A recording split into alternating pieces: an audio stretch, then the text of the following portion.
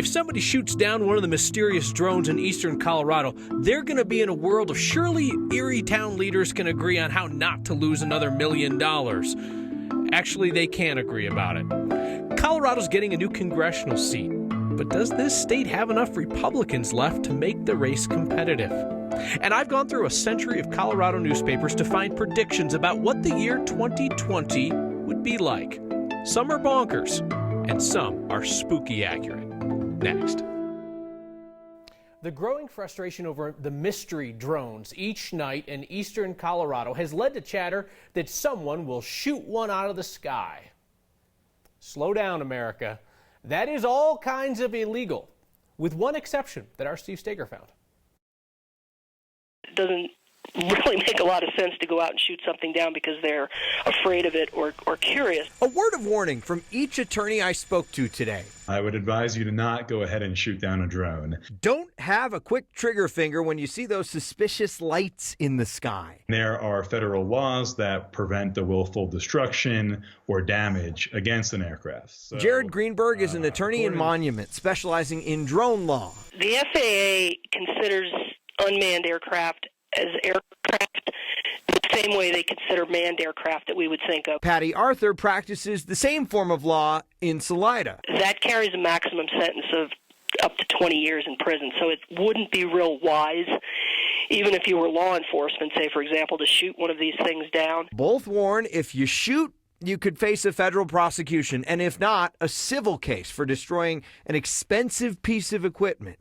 Neither knows what those mysterious drones are up to. It could be a situation where it is a legitimate drone manufacturing company from somewhere. And I think probably one of the reasons why there's so much secrecy involved around it is the technology is very high-level intellectual property. Shooting high-level intellectual property seems a poor choice. Greenberg says there's really only one thing that might get you off the hook. The only thing I could think of would be if that would be a weaponized drone using deadly force on an individual.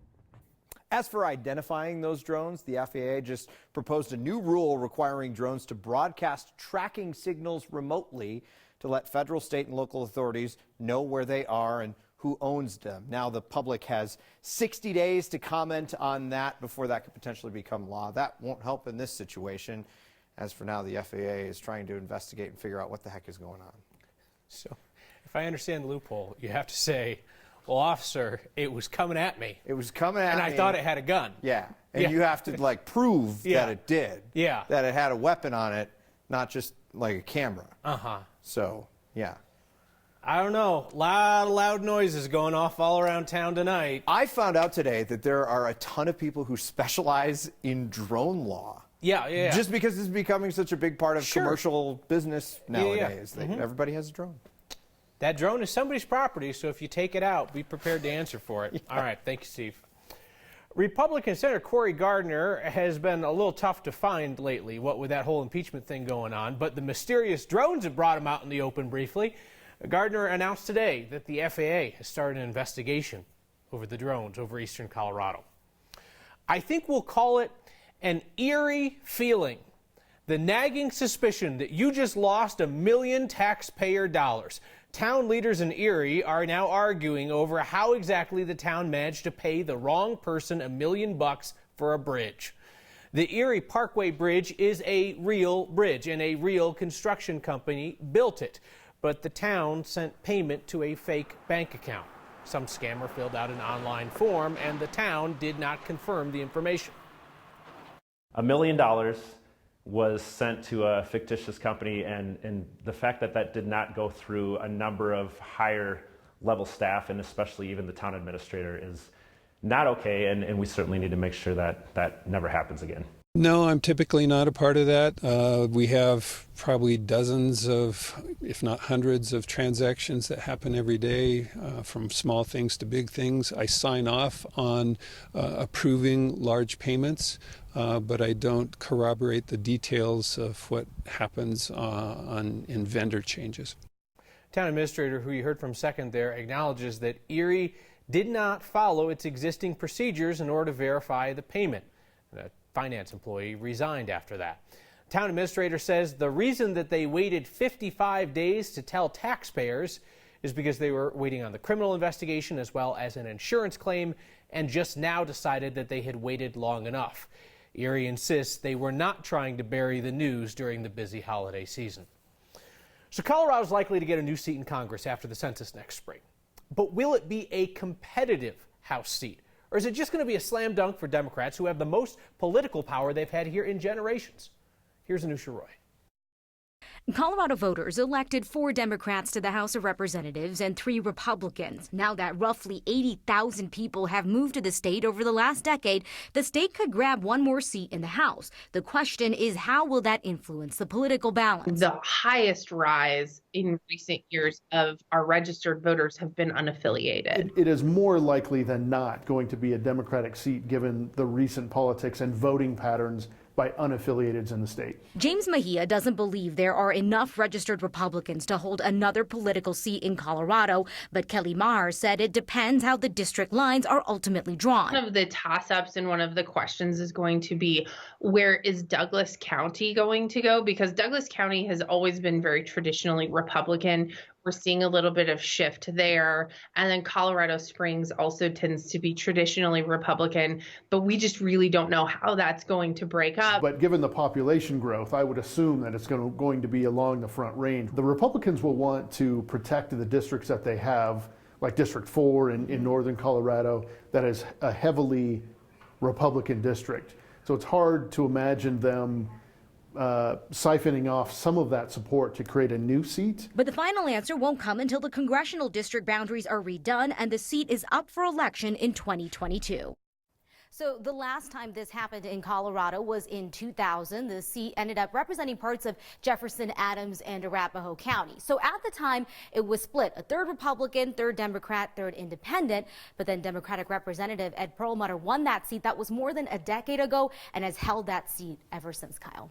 And the census has such a ripple effect on so many things that people might not even consider on and beyond the congressional seat. Yeah, absolutely. I mean, it's going to be impacting federal dollars depending on how many people are counted for living in Colorado. That could impact transportation, education, and it could also play a role in redoing boundaries around city council as well. So it's got a bunch of effects on different areas as well. Yeah, it affects the most basic thing in terms of how we govern ourselves, who lives where. All exactly. Right. Thank you, Nusha. RTD is offering free rides tonight, so don't get so lit that you can't keep track of cancellations. They again have operator shortages today. The free rides start at 7, and there are already a dozen routes with cancellations between 7 and 11 tonight. And do not count on RTD if you are out late. Final trains leave Union Station around 1 o'clock. May I make a recommendation? It's a thoughtful read about how we talk about Colorado's water and Colorado's places. A writer named Bob Berwin was looking for native names for rivers in Colorado when he became fascinated by lost languages, those nearly wiped out by European settlement, and the work that's happening today to keep those languages alive. His article is worth a read to learn the Arapaho words for so many familiar places in Colorado. There's a link to the Medium page on the next Facebook. So we share your love of words. You write to us about great words all the time, words you hear here, see elsewhere, so we'll highlight some occasionally. Promulgated. Now there's a word that almost nobody uses these days unless you are writing press releases for the government. Promulgated. Past tense of the verb promulgate, to promote or make widely known. Popped up today from the Colorado Department of Revenue. Wanted to remind us of new Colorado marijuana rules that go into effect on January 1st. Rules promulgated from the 2019 legislative session, the most extensive since retail marijuana was legalized. They're promulgating new licenses for marijuana tasting rooms, promulgating permits for medical marijuana home deliveries, promulgating retail pot deliveries starting in 2021. Whole lot of promulgating going on. A nice laid-back New Year's Eve is a great chance to remember the one year we all lost our minds. We had a call over the weekend about someone who was concerned about alien eggs hatching on January 1st and causing Judgment Day. Y2K craziness and the predictions that Coloradans made long ago about the year 2020. Then it's a sign, and possibly someone's calendar, that need changing. Next.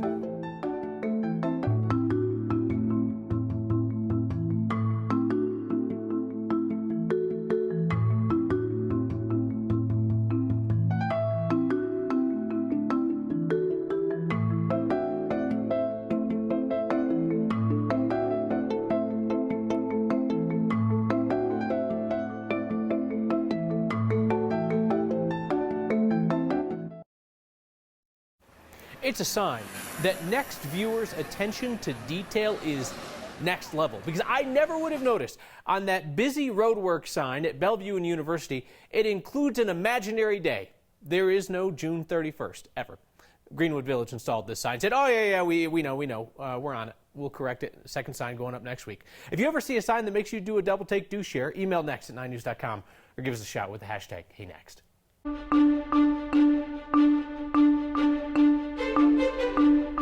Happy New Year's. What a great way to end the year with sunshine and milder temperatures in the mid-40s. And we're heading into a beautiful New Year's Eve.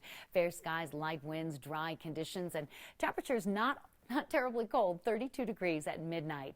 And you know what? We do have another storm approaching from the north. It'll bring some snow to the high country. But for Denver, southwest winds will warm us up about 5 to 8 degrees tomorrow. High and mid-level clouds coming in from the northwest ahead of that California storm that has already prompted National Weather Service to issue a winter storm warning for the northern mountains in red and a winter weather advisory for the mountains in blue. Areas like Steamboat will benefit the greatest with 10 to 12 inches of snow coming in the next 24 to 36 hours. We have a few clouds along the Front Range tomorrow, but a milder day as winds shift out of the southwest and temperatures go above average. Tonight, New Year's Eve, fair skies, light winds, a dry night, a low of 23. Tomorrow, sunshine and 50 with clouds increasing during the day. We see temperatures dip down a little bit into the lower 40s Thursday and Friday, warm up heading into the upcoming weekend.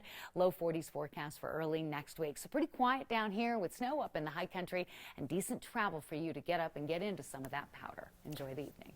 Thank you, Kathy. Hey, where were you 20 years ago tonight? Hint, Y2K, whole world on edge, nothing happened. Sure gave 9 News something to talk about in 1999. Hey, Brandy, Steve Stager from 9 News. Most of the faces in the 9 newsroom have changed since Y2K, but there are a few here who can at least remember when technology was going to do us all in. I was watching the Dick Clark Rockin' New Year's Eve. Steve Stager was barely a teenager. And I was the only person awake around midnight. And I remember I had a flashlight ready to go just in case something bad happened, and I was pretty terrified in those moments. Anusha Roy was 11. Because I thought something epic was going to happen at midnight, so I was just waiting. Something epic was going to happen, and 9 News was there to cover it. What we're encouraging people to do is just be reasonable about how they're using the telephone and the internet. Yeah, right. And who calls it the telephone? There was concern over banking, food, travel, and aliens? We had a call over the weekend about someone who was concerned about alien eggs hatching on January 1st. For whatever reason, people didn't seem too worried about getting on a plane, though. I've flown many times, and I'm pretty sure it's safe. If not, I'll have a very wealthy granddaughter. Any serious conflict was also monitored and covered by our 9 News reporters. Officers from both countries will monitor information vital to the security of both countries. Also back open, the security screening areas in the main terminal. Those too were closed overnight for inspection. In the end, the year 2000 came and went. And the year 2020 comes tomorrow, and you can bet our 9 News staff will be ready to take it on. Hopefully we've all learned our lesson that we don't have to worry about when it's a new year because our technology is smarter than that. Steve, what are you doing? The year 2020. People predicted a lot of things for Colorado, from a baby shortage to food rations to a mega city that might actually exist. And we revive an old debate that divided our team. Next.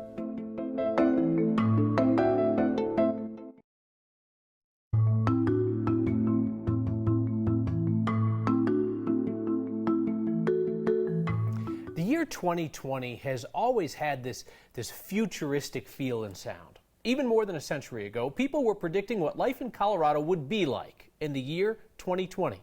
Some of the predictions were wildly off, and some were pretty dead on. Back in 1911, newspapers across Colorado printed a professor's prediction that there would be no babies born here or anywhere in America by 2020. Walter Wilcox said America's falling birth rate was race suicide, that we'd be importing babies from France. He was wrong. He was also super racist. The Bayfield Blade said the professor should be examined by a lunacy commission. 1920, following the Great War, the Record Journal of Douglas County predicted that libraries would build vast war histories of local participants by the year 2020. A Littleton high schooler in 1920 wrote an article predicting that we'd have a new invention that would go any place in the U.S. in 3 minutes, anywhere in the world in 10. We'd settle for RTD running on time. Check out the Colorado Transcript's population prediction from 1968. It said Colorado's population would explode to 5.4 million and that 90% of those people would live in a megapolis stretching from the Wyoming border to Trinidad. Today, about 5.7 million live in Colorado, and 85% are on the Front Range. Fears of a population boom had Golden high schoolers in 1970 eating simulated rations from the year 2020, a cube of bread and a squirt of water. Another article in 1970 had a government scientist warning of climate change. It happened, but at half the rate he predicted. He thought snow would disappear from the mainland U.S. and that oceans would rise 4 feet. But he was right about melting glaciers and stressed water supplies in the Southwest. It was 1977 when the U.S. Forest Service predicted Colorado's 6.6 million ski visits could double by 2020. And they have, 13.8 million in the 2018-2019 ski season. Another solid population prediction from 28 years ago. The Denver Regional Council of Governments thought that the metro area would have a population of 2.77 million by now. It's right around 3 million. We are living longer, but not as long as Louisville financial planner Wayne Vera predicted in 1996. He wrote, "In the year 2020, it is likely that 100% of the people who live to be 65 will live to be 90. The Social Security Administration says men who live to 65 will reach 84 on average, women 86. But if you took Wayne's advice, at least you didn't run out of retirement money while you watched to see which 2020 predictions came true." We return with a word about one of the words that we fiercely fought about this year, and your Y2K memories. Next.